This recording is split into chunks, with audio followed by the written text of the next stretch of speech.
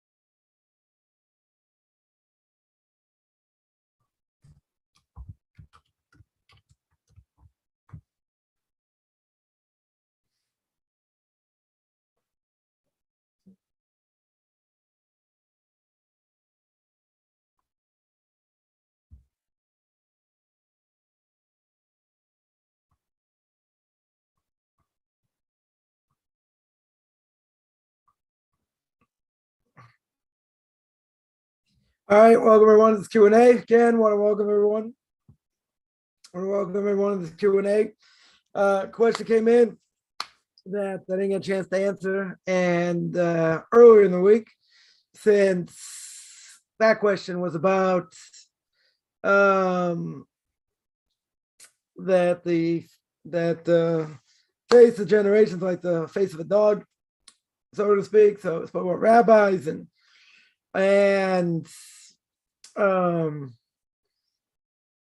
what do you call it? It's, Q rabbis, ones that do outreach, if they're considered, rabbinic authority. Spoke about that, but quite a bit about that. So now someone had a question for the Q&A, probably should be done for controversial issues, but we'll deal with it here. And that is with respect to what's going on in the States with Roe versus Wade being overturned. Curious, what is the Torah's view on abortion? Ethically and halachically. Well, ethically and halachically, I think are going to be the same. I don't think we're going to differentiate that much. But in general, we have to understand if a fetus is aborted, the question is when. Question is how far along the woman is and the circumstance. Now, we're going to give a bunch of generalities. Obviously, you'd have to ask your own local Orthodox rabbi or rabbinic authority, certainly in this case. And that is, according to Judaism, a child, if conceived, obviously conceived there, within 40 days, not considered a life, not considered a living entity. After 40 days, we hold it's considered a living entity, meaning if it would be forbidden to do, let's say, to do an abortion after 40 days, that would be murder. Right? All things being equal, that child or future child is a living entity. If it's a living entity, we hold, in general, it's a living entity after 40 days. That means you can't kill it. Now, it's going to depend on a lot of things, right? But in general, where would it be forbidden to do? You're not allowed to. 100% forbidden. So now the question is, what if, let's say it's after 40 days, after 3 months, 4 months, 5 months, and the child endangers the mother. So we'll tell the Christian idea first, and then we'll say what the Jewish approach is. According to the Christians, kill the mother. In other words, if it's a choice of the child or the mother goes. According to Judaism, just the opposite. If it is the case of the child endangering the mother, child has a status, what we call a rodef, a pursuer, and you kill it. Now, why is that? One potential reason is, and this differentiates very much from Christianity, and that is you don't go after potential life. You go after existing life right now. The mother exists. And if the mother's in danger, the child's causing the mother to be in danger. The child has the status of a pursuer. The mother's a living entity. Child is not. It's considered a living entity at this point, but we push off the child to save the mother. We don't go after future potential. Because if the child is going to live longer if the child survives. Child will live longer than the mother, most likely. Because in general, parents don't necessarily bury their children in a lifetime. In general, not saying it doesn't happen. Definitely happens, but I wouldn't say it's as common. Certainly not as common. But even so, the mother gets saved. Because we go after potential right now. We don't go after future potential. So that's one thing. That's one idea. Now the question would be, say, you see all kinds of posts, all kinds of things. You see what people say, which I would say really doesn't matter. But, people claim my choice. Freedom of choice. Who says Judaism holds freedom of choice? Question is, what does the Torah say? What does God say? What do the rabbis tell us? Now, under certain circumstances, we would say, if a woman got pregnant, then you'd have to determine, if a woman says, well, I don't want this child, that's not an excuse. Totally not an excuse. Killing a fetus when it's forbidden, just because it's inconvenient, let's say, or quote unquote, a mistake, we'll keep this clean, wasn't supposed to happen. So what? You kill what we consider a living entity because you weren't as careful? Negligent? Who says? That's murder. Not about convenience. Now, someone would say, what about it would be distressful for the woman, for the mother? Let's say they would find out that the child's going to be Down syndrome or severely mentally impaired, right? Mentally challenged. They have all kinds of issues. Now, sometimes, doctors say, oh, we see this, we see that, we see the other thing.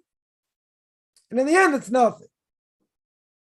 Many times, they see things, I'm not going to say doctors never right. They can be right a lot of the time also. So the doctor said, well, child's going to be like this or like that or like the other thing.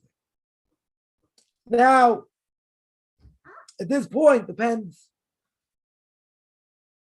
on a number of factors. Number of factors. Again, I'm not giving decisive answers here. We're just talking out the issue. Let's say, I'll tell you a case in point. Case in point, a friend of mine had a child and she had an oversized head. Didn't have a brainstem. I barely, couldn't do anything. couldn't do anything. And they went, a friend of mine who introduced me to my Rabbi, who's a world-class rabbinic authority, most people know. They went to him and asked him what to do. And he told them after hearing all the facts, they should have the child. Now, a friend of mine asked him, now again, you have to understand, this is going to cause absolute mental distress here. Tremendous psychological distress. Child's never really going to function. Going to need a lot of help, other things. Going to be like a full-time job, taking care of this child. Again, I'm not saying that's the reason that you end the pregnancy necessarily. But this friend of mine asked him the following question.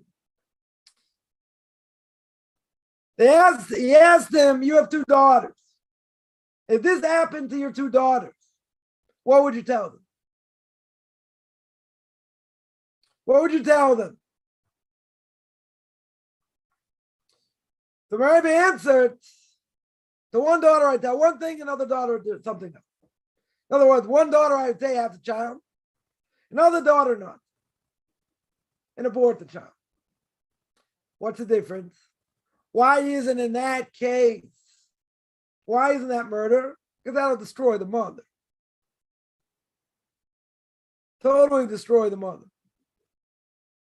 Psychological distress to the mother can destroy the family. So some people are strong enough to be able to handle it, live with it, thrive with it. And others potentially go to pieces. Absolutely go to pieces. Now again, if it's psychological distress, again, this is only generality. If it would be psychological distress,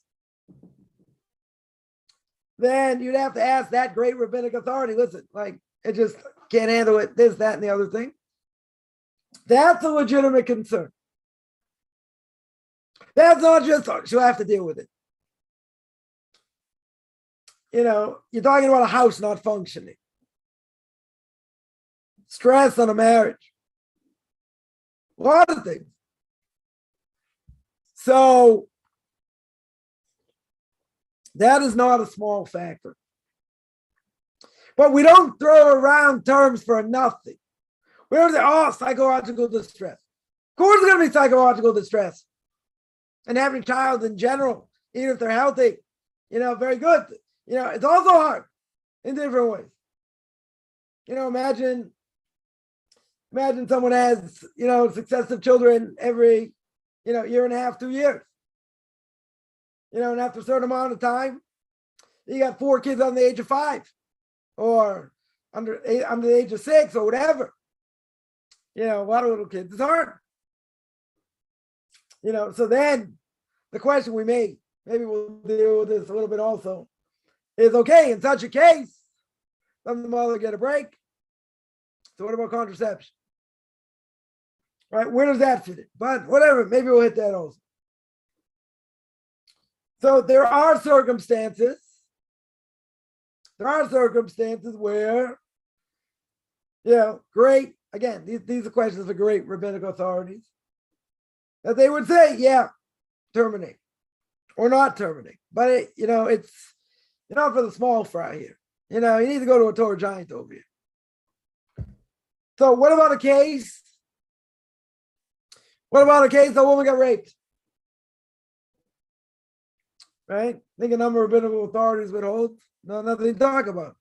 She she finds out she's pregnant, she gets an abortion if it's within a certain time. And if it's afterwards, probably. That, that's tremendous strife, difficulty. Come on, isn't that obvious? Why the woman want to have the child? True? 100%. There are some that have the child anyway. I don't know what the stats are. It doesn't really matter. Probably, I'm not saying, it should be such a high percentage, but there are women who decide, okay, this happened, whatever, I'm still going to have the child. Others would probably say, why would I do that? Why in the world would I do that? Right? Makes sense. So in a case like that, then there should be permissibility. But make no mistake, it's not about choice. Now, I control my body. Well, guess what? Who gave you your body? Say my parents. Or, hopefully they were married and all that. Right? Who put the soul in your body? God put your soul in your body. That gives you the right to do whatever you want. Got obligations. Jews have obligations. Non-Jews have obligations. And we mentioned many times, God doesn't care what I think. He doesn't care what anybody thinks. Our obligation is to do what he says, period. That's our obligation, even if it's hard. Even if it seems impossible. We have to do what he says, period. You may not like it, you may not do it, okay? Irrelevant. Totally irrelevant.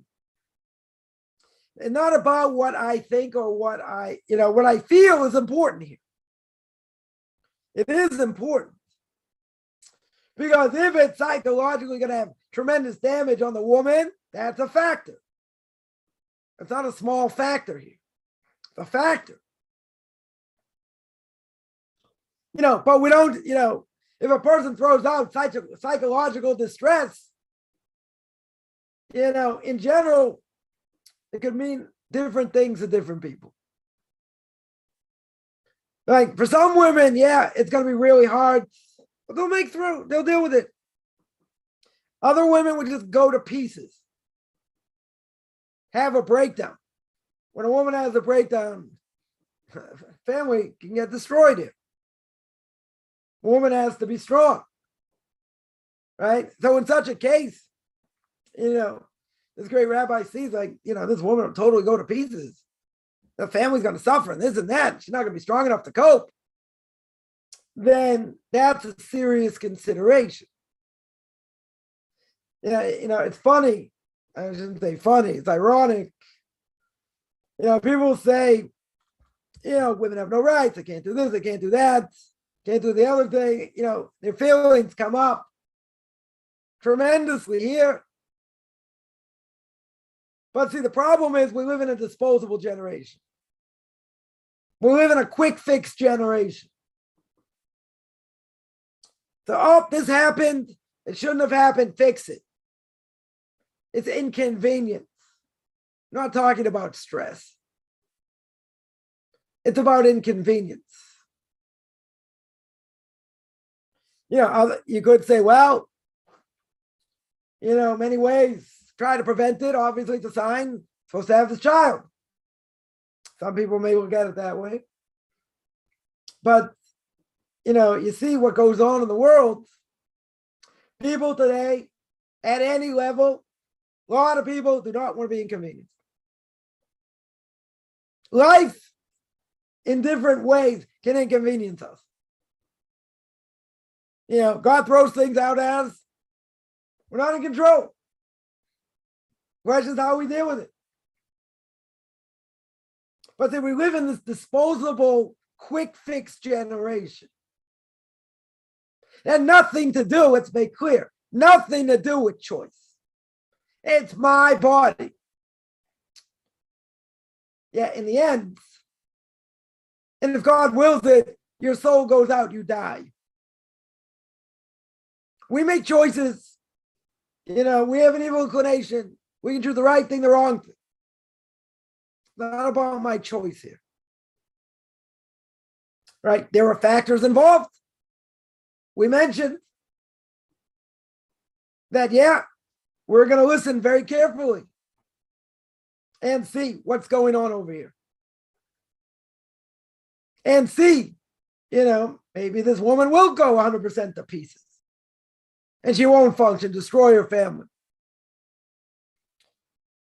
Or see that the person's strong and really strong and they'll be able to handle it. Again, each individual case is its own case. right? I'm not giving answers here. I'm just, throwing out, information. Now, based on that, actually, we did this on Tanakh Talk a while ago. And the thing was, about family planning by Jews. Non-Jews don't necessarily have an issue. They want to have 2 kids, 5 years apart, 10 years apart. Not a problem. Not a problem. Use, contraception also shouldn't be a problem. Spilling seed, an issue. Issue even by non-Jews. This isn't spilling seed, though. If it's regular, relations, nothing, that's okay. Even if it prevents a woman from getting pregnant. So within Judaism, it's a different issue. Because because the person could ask, well, what, a woman's pregnant, so if they have relations, she's not going to get pregnant again. Isn't that wasting seed? No, we don't hold that. Well, that's a normal thing. So even she's not going to get pregnant, it's not wasting seed. But where a woman is not going to get pregnant, or can't get pregnant, let's say, you have women, let's say, that, if they had a C-section, they can't get pregnant straight away. They got to wait. They have to wait, for the body to heal. They have to use contraception. So within Judaism, contraception that is permissible is that it doesn't interrupt normal relations, meaning that the seed's going to go through. It's not going to be impacted. Right? The condom will be forbidden. 100% forbidden. Other things be okay because it doesn't stop it. Going on the pill would be okay. Doesn't stop it. Right? So even where it's forbidden, or, woman has so many kids right in a row, and she gets permissibility to wait however long, before she gets pregnant next, then it has to be in a way where the seed's not interrupted here.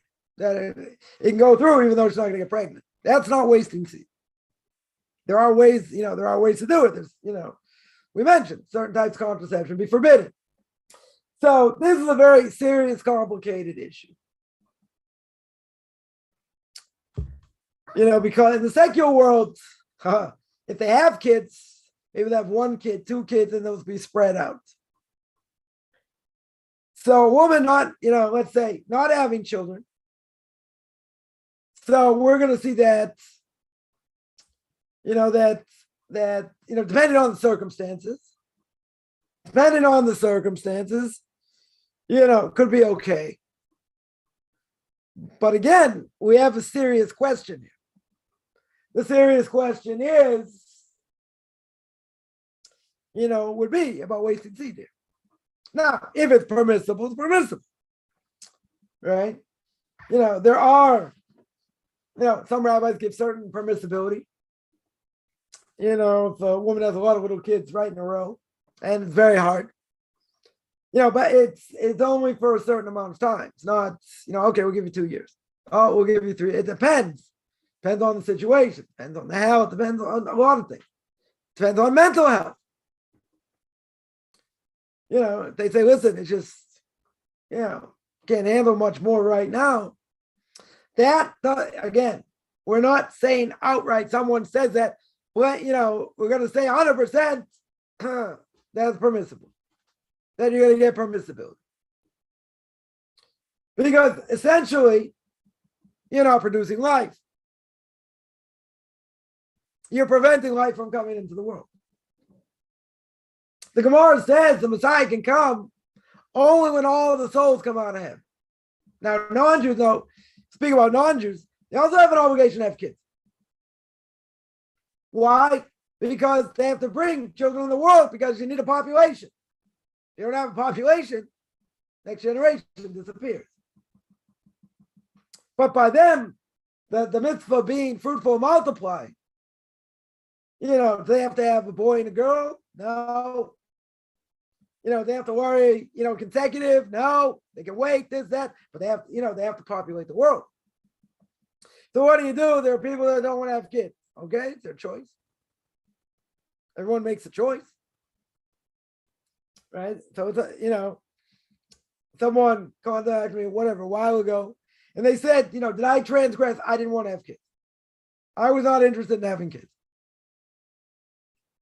So for a non-Jew, okay, they didn't have kids, but they have a mitzvah being fruitful, multiply. It's like any mitzvah person didn't do.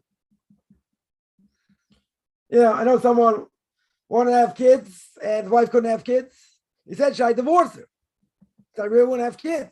I said, well, that's the only choice if that's what you want, but I wouldn't tell anyone to get divorced because of it. First, it's like a mitzvah you didn't do. You didn't eat matzah on Passover, okay? I mean, it's transgression, no question, right? That's a different issue. You have an obligation, right? But if it's a mitzvah you didn't do it. But today, the way the system is, it's such a messed up world that, women are convinced, have a career, see the world, eventually you'll settle down, you get married, you have kids. Well, it doesn't always work out that way. And then a woman gets older, and then a biological clock ticks. And then what? Right? I know someone got married later in life, can't have kids now. Certainly not naturally. And they got messed up by the system. Saw the world, went all over, whatever. Had a career. They don't have natural kids. According to nature, they'll never have a natural kid. I mean, he's getting older anyway, but, in our early 40s, almost mid-40s. It's going to be harder anyway. But according to nature, she won't have a natural kid. She wants to have a natural child. Well, it's not going to happen. Shouldn't happen according to nature. So they're messed up by the system. Totally messed up by the system. And everyone thinks, if you get married a little bit later, it's a big deal. Having kids shouldn't be so difficult, really. That's why you have kids when you're younger. It's easier when you're younger. It's easier in many ways. But the later you wait, the harder it is. Doesn't happen automatic. Not an automatic thing. Someone in their early 30s, yeah, sure, not going to be a problem. I don't know. I know people had problems. Got married later. It's not a given. Definitely not a given. But the way the system is set up, it's a horrific thing. Because society tell you one thing, convince you of that, and now what you think and what is really important, now you messed up. And now society messes you up. That's pathetic. I know this person, all they want to do is have a child. It's not going to happen. Not going to happen. And it probably stings. Yeah. They got nieces, got married, have kids. They got nothing. Right? What does a woman want in general? To have a child. Their own child. I know someone I grew up with. They didn't get married. They still want to have a child. They did in vitro, had a child. A woman normally wants to have a child. I would say it's a little bit strange. If a woman would say, no interest in having kids ever. Never. It's not natural. A woman's natural instinct, whatever you want to say, what goes on today, that's a natural instinct. But society totally messed up. Right? So there are cases, again, just speaking in generalities, where it'd be permissible. If a woman got pregnant to abort. But again, these are specific cases, individual cases, not across the board. And it's not about what I think. It's not about the body. It's my body and it's this, it's rubbish. It's whether it's considered murder or not. But there are other factors involved. And the psychological issue is a big issue. It's a big issue. People say, we don't, women this, women that, we don't take what they say into account.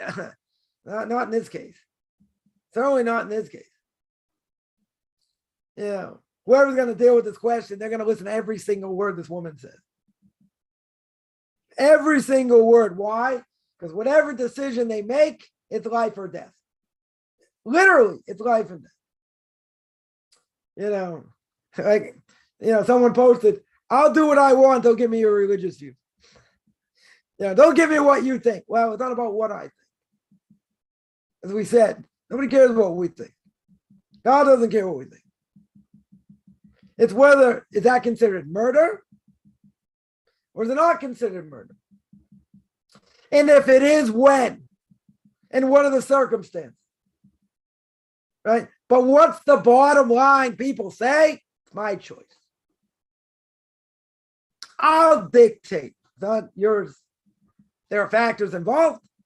That's no question. But I think today, as we mentioned, I think this is a very selfish generation. Not only a selfish generation, it's about, I want things done instantaneous. I don't want to suffer. I don't want to go through difficulty. I want everything to be easy. It's very easy to get aggravated. Extremely easy to get aggravated in this world. I was in a taxi today. This guy's driving a bus, cut him off. And he wanted to go straight. Bus totally cut him off. And yeah, whatever, he had to, go around. And this guy's yelling at this bus driver, going on. I mean, I guess it's hard to be a cab driver. It's over here in Israel, but but in general, it's I just want to go straight, minding my own business. Get out of my way. Just get out of my way. What are you doing? Then someone's driving down this really narrow street, driving a mile an hour. This cab driver's going bananas. Now, I can see from the back, most likely he's looking for a parking space, which he found, but he's driving very slow. And his cab driver's going ballistic, move, move. Sorry. I mean, first of all, you got to be careful going down the street. You got cars on one side, cars on the other, and you're trying to, maneuver your way through, right? So this guy had a miracle. He found the spot, right? He found the spot. He's going down the hill, right? Going down this narrow thing. But the cab driver's going ballistic. He's a nice guy. We had nice talk, whatever, but he was going nuts, because, he wanted to go straight. Things weren't going his way. I mean, nothing bad happened. He's okay, got to live it delayed. Whatever. But see, if you don't have proper faith and belief in God, any little thing throws you into a tizzy. I remember someone telling me, this light bulb went out. I said, okay. He said, well, change it. I said, I'll get to it. I have to go out, I didn't have any light bulbs on, whatever. I said, I'll go out, I'll get one, whatever. It was fix it. Gotta fix it. I was there are other lights in the room. We'll survive. I get it later, whenever, I'm not gonna get up now and get it. I'll get it, whatever. But see, any little thing, if you don't have proper perspective, any little thing drives you nuts. I don't know how people survive that way. It's why I think most people are on Prozac. They just, it knows, dulls the spirit a little bit. Put you on an even keel. But imagine something major, something traumatic. Now, again, Torah helps us deal with all kinds of things, but you got to take it the way it comes. You got to see what it is. And people just get so frazzled over nothing. I'm not saying everybody, whatever. I'm just saying, you walk into a store, they don't, favorite chocolate bar is not there. It's what? You don't have my favorite chocolate bar? Now you think, oh, he's exaggerating. Not necessarily. People are used to certain things. We're spoiled. Walking on what? What do you mean you don't have this? A couple years ago, there was a whole problem here before Passover because of COVID. Eggs. There was a shortage of eggs because there was a boat supposed to come in from Spain. Anyway, whatever, it didn't come. They didn't let it in. There was a shortage of eggs. Anyone knows about making stuff for Passover, you need eggs. A lot of eggs. A lot of recipes call for eggs. So anytime place had eggs, people just ran, waited in line to get eggs. It was crazy. So you say, okay, that's different. At least, you need eggs. You can't make anything without eggs. A friend of ours told us the last day of the festival, Passover, a couple of years ago, they had 2 eggs. There were no other eggs. They couldn't get other eggs. They had 2 eggs. It's okay. Should we make this? Should we make that? Should we make something else? They had 2 eggs. It was like unheard of. Like on Passover also, imagine if there was a shortage of potatoes. You know how many potatoes people eat on Passover? There's only so many things you can do with a potato. I think one meal we had potato 5 different ways. But you eat a lot of potatoes. Potatoes, chicken, meat, whatever. Whatever it is. But it's, imagine, okay, eggs was a big issue. But imagine if there were no potatoes. Chicken and meat, okay, we can live with or without, whatever. But imagine no potato, what are you going to make? What are you going to make as a side dish? Because a lot of things Ashkenazi can't eat beans, can't eat rice. Eating a lot of salad, I guess. What are you going to eat? I'm making light of it, but, eggs was a serious issue. My own house. Okay, I'm cooking for a lot more people now, but, you buy, 6, 7, 8, crates of, of cartons of eggs. It's like 180, 150, whatever. I think this year, the first time, I think I used more than I normally get. Eggs are crucial. You don't have, it's not like, oh, you don't have eggs. No, you're a little bit finicky. 98, 99% of all recipes on Passover call for eggs. And a lot of them can't survive without eggs. I can't survive without eggs. So, we were fortunate. We found eggs here and there.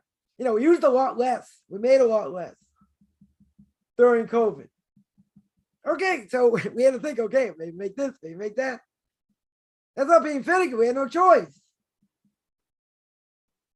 Imagine your normal, Joe Schmo American walks into a supermarket, and that was the time when people were hoarding, toilet paper and other things.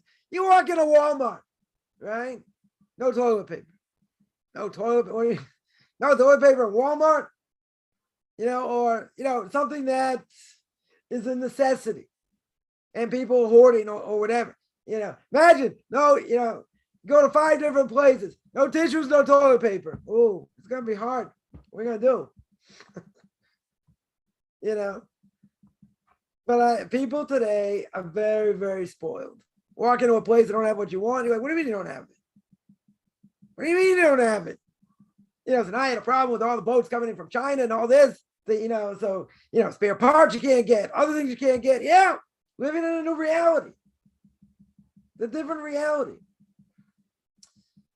Why am I bringing all this up? Well, it's fun, but why am I bringing it up? I bring it up for one very simple reason. God runs the world. And we have to remember, we always have to be on an even keel. And if things don't go our way, it's a lesson for me to learn. It's a lesson.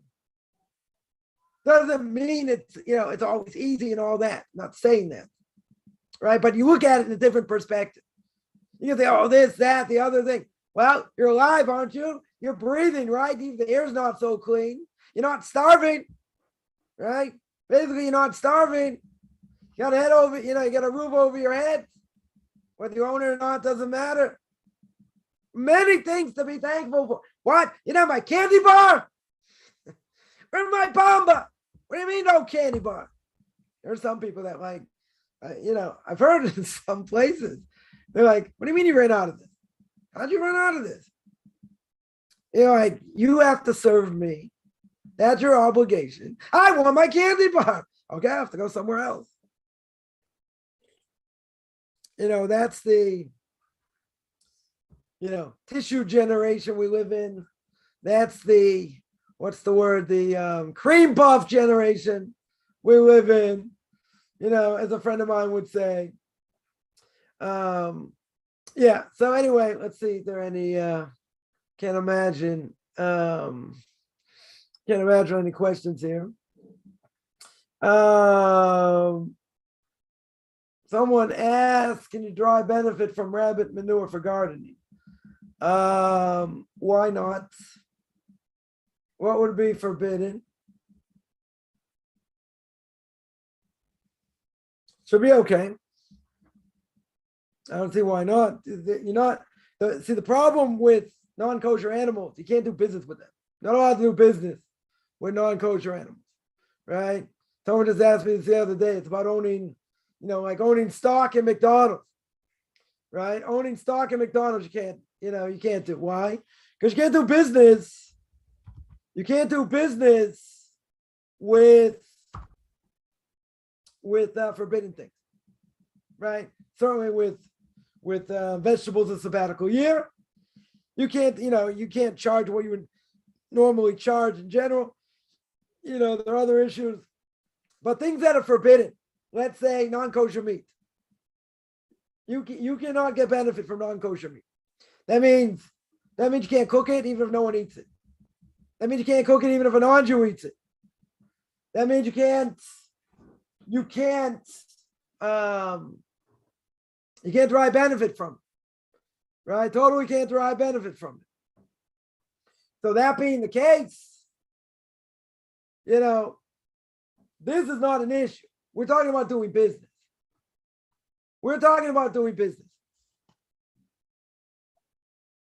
Now, I mentioned someone the other day that even doing business, let's say you own stock in McDonald's.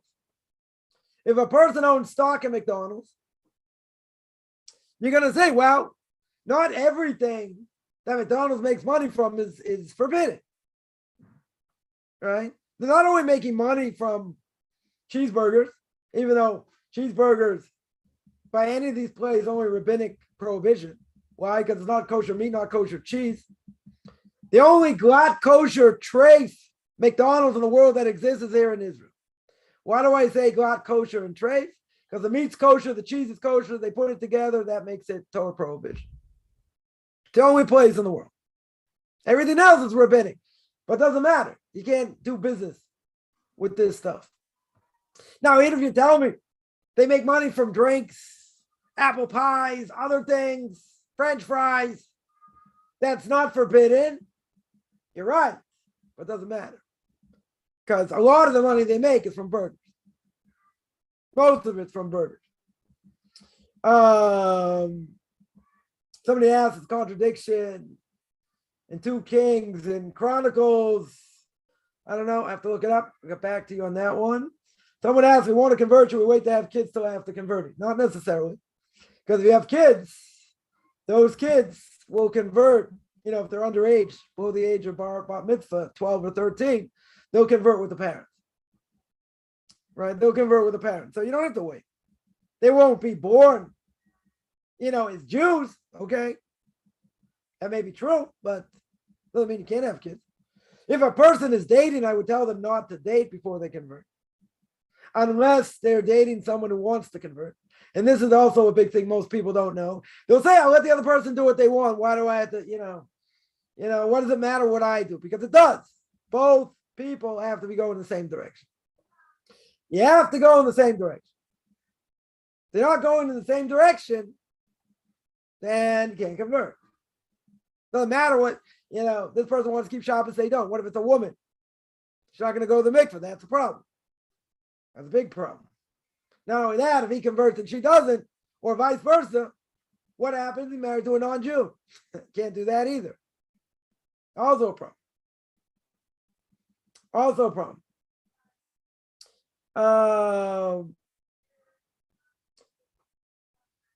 So having kids, you want to have kids, not an issue. Right? You can have kids now. The only difference is they're not conceived in holiness because you're not Jewish yet. Okay, but they can convert afterwards.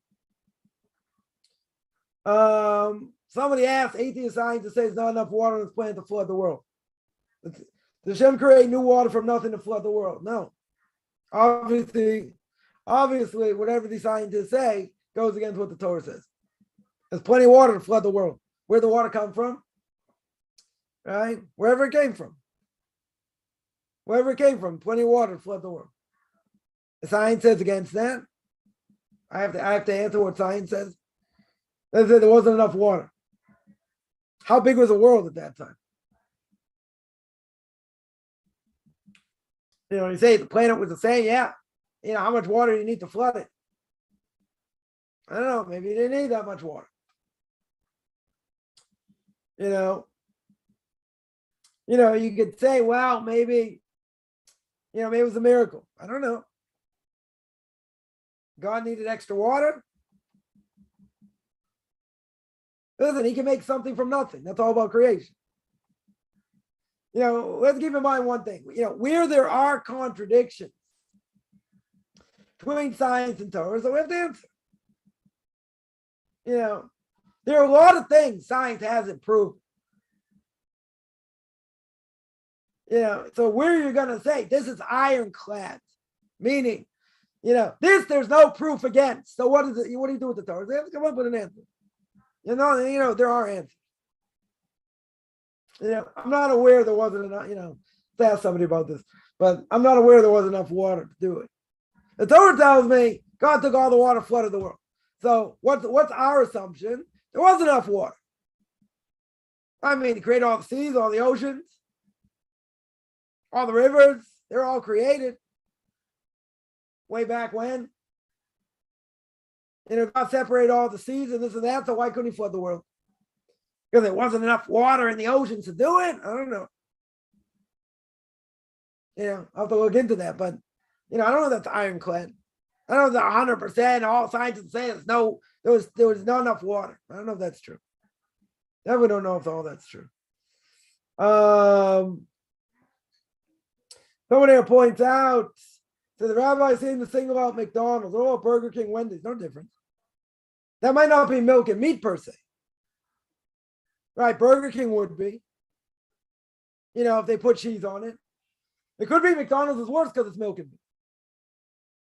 If these other franchises have burgers and cheese together, it'd be the same thing, it'd be no different. But everyone knows McDonald's, that's why they mention McDonald's. Because they're the king of the cheeseburger. That's for sure.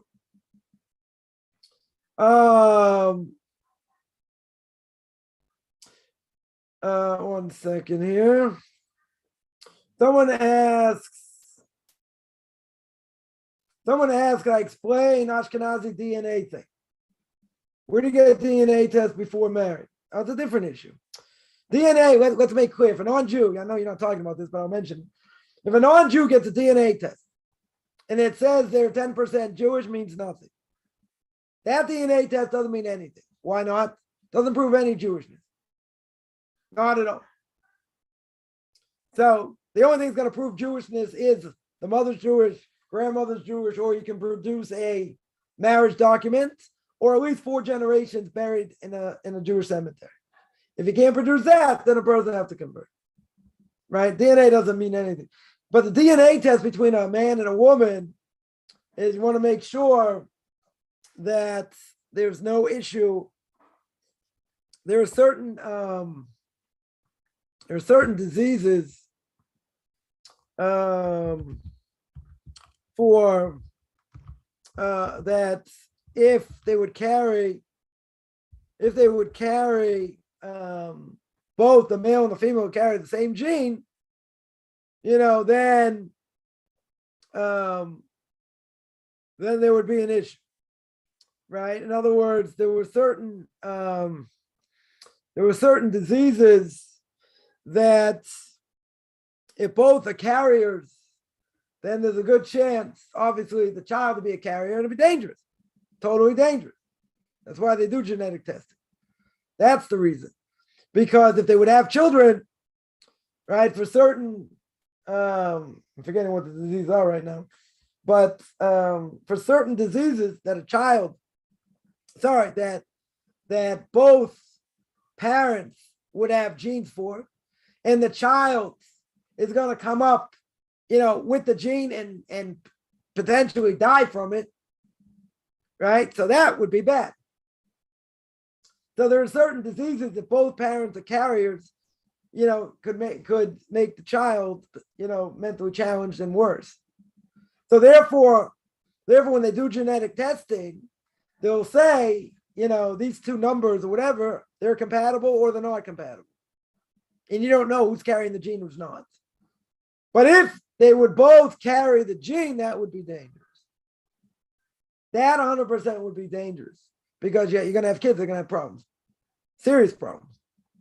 That's why they do genetic tests. That's the whole purpose of doing genetic testing, because we're Ashkenazim were, in Europe and Russia and this and that, they're more susceptible to certain things than Sephardim. That's why they do testing. I think they do testing on Sephardim also, but in general, that's the reason, because of potential serious diseases that could happen with the child if both are carriers, right? If one is a carrier and one's not, you're not going to have a problem, right? It's going to be recessive at best, right? If both, and also if both are not carriers. If both are carriers, yeah, that's going to be a problem. It's going to be a major problem. It is to prevent a disease in the child. That's the answer. Where is it written down? 30 days before we're conceived. It's not how long we're going to live. Sota 2a. I think that's where it is. It says this person's going to marry that person. This field is going to, go to this person. What does that mean? This field, this person's going to have this property. This person's going to have that property. Right? So it's decreed. It's decreed before. Wouldn't abortion go against that? Not necessarily. Not necessarily. If, let's say, there's a divine decree. There's a divine decree that this person is going to marry so-and-so. Now, you're right. If there would be an abortion, that would override it. Right? But in general, it could be God makes that decree. And he knows that's what's going to be, and they're not going to be an abortion. You wouldn't have it both ways. You can't say God's going to make a decree, and then the person gets an abortion. Right? In other words, then the decree is false. Now, when God says, well, this field's going to go to this person, and it went to someone else, it's going to get to that person eventually, unless something else overrides it. But you're not going to have a case like this. You wouldn't have a case like this, where, God's going to make a decree, and then the decree, doesn't happen. I mean, it could be certain things override it. If it's a decree we mentioned before, if it's, a decree in the time of Mordechai and Esther, that decree was all written in blood. So therefore, it was able to be overruled. It was able to be overturned. If it be written in blood, it'd be a different issue. So if a decree is made, but there is potential to overturn it, it could happen. Not necessarily contradiction. Could happen in theory. Right? But if God makes a decree and nothing's going to change that decree, then that person's not going to get an abortion. It's not going to happen. Definitely not going to happen. Someone asked, if a person has a skin disease, needs to use cream. Are you allowed to use it on Yom Kippur and Tisha B'Av? Tisha B'Av, not a problem, because the forbidden work, is only on a holiday, right, or Shabbos. And Yom Kippur, that would be an issue. Yom Kippur, you're not allowed to smear. So that would definitely be an issue. Tisha B'Av is not the same thing. It would be okay.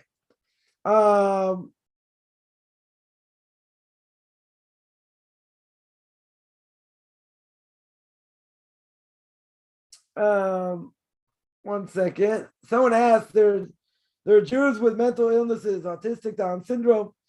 How do they go about finding the shidduch? A lot of them don't get married.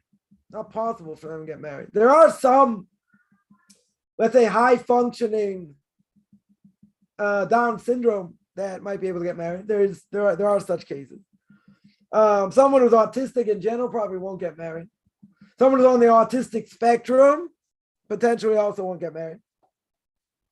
They don't have the capability to. So they wouldn't. Certainly they're mentally challenged, they're not going to get married. Right? They're not going to be capable.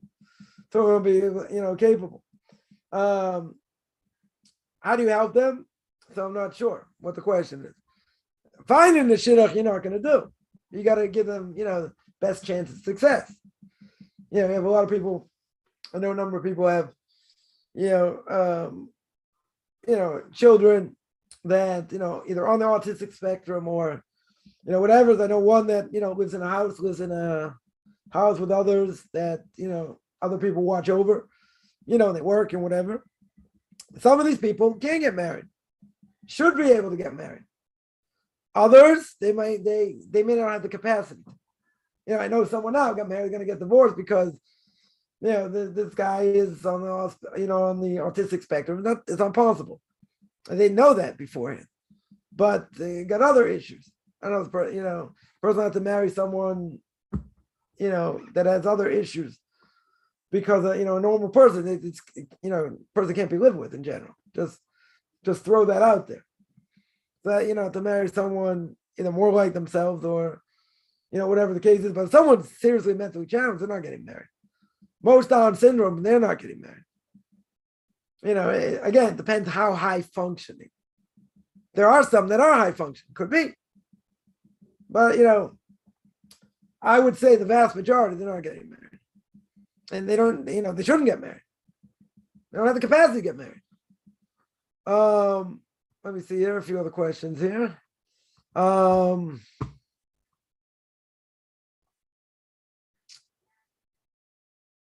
If you find archaeology to be legit, you can look up proof of prophets of kings and the Tanakh. Sometimes. A lot of times archaeologists are the biggest liars and the biggest heretics in the world. So archaeology, we don't give, a whole lot of credibility to for a lot of different reasons. And, it doesn't really matter what they say and what they claim. That, people say about man in different stages and this and that, Cro-Magnon, this, we don't believe in that. They weren't at different stages. God created man with the soul, that's it. So what he wanted to say about this, about that, a lot of it's rubbish. A lot of it's junk, what they say. So, that's what I would say about that. Why did God tell Abraham Isaac was his only son? Oh, because when he wanted him to sacrifice him, so to speak, he says, I want you to sacrifice son. Well, I have two sons. Right? Rashi says, no, you're special son. Right? What is let's see exactly what the Torah says here before I butcher what it says.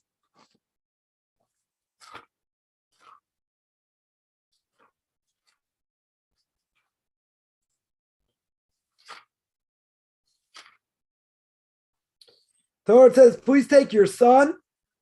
So what Rashi says, I have two sons. Your only one, whom you love.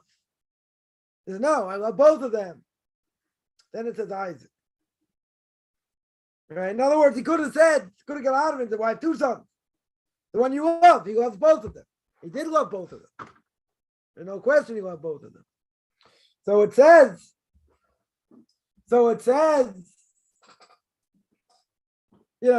your son. Well, Isaac didn't know. Maybe, it could have been Isaac. It could have been Ishmael. Because he obviously doesn't want to sacrifice Isaac. Simple reason, God told him he's going to be his progeny forever. It's going to be passed on to him. Spirituality. So then he said, then he said Isaac, because he wanted to make sure he knew who it was. I thank Hashem that he's born pretty. That's arrogance. Pretty is vanity. You look in the mirror, oh, look how pretty I am. It's being conceited.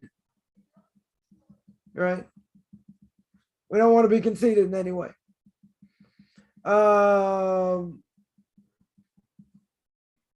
Any other, this contradiction, I'll get to another time. Not going to look it up now.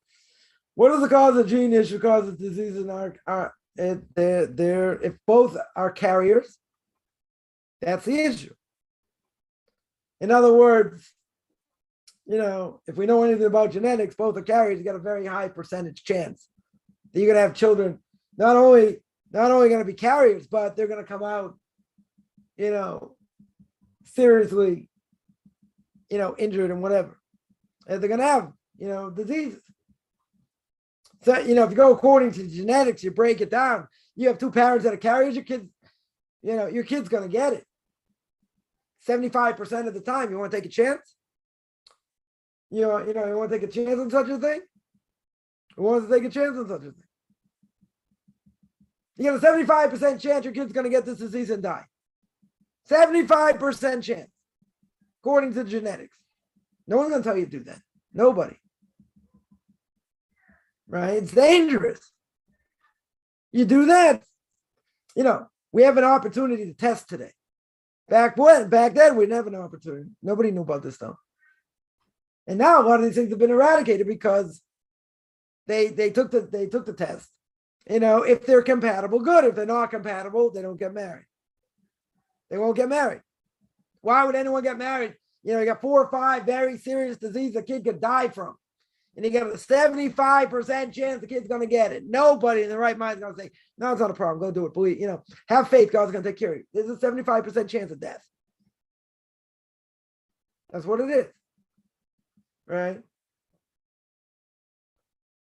Ashkenazim from these places were more susceptible to certain diseases and carry these genes. That's the issue. And because they carry their genes, we're afraid if they pass them down, both of them have it, they're going to create kids that are going to die. That's the issue. Yeah, any other questions? Yeah, contradiction, I'll look it up. I'll take care of it another time. I think I'm going to stop here. I do this every Tuesday and Thursday. 10 o'clock Eastern time, 5 o'clock Israel time. Anyone has any questions, find me on Facebook at Michael Chaim Kaufman. It'll be on Orthodox Conversion Judaism. You can send me an email, rabbichaimkaufman@gmail.com, RBBICHAIMCOFFMAN@gmail.com. Wish everyone a good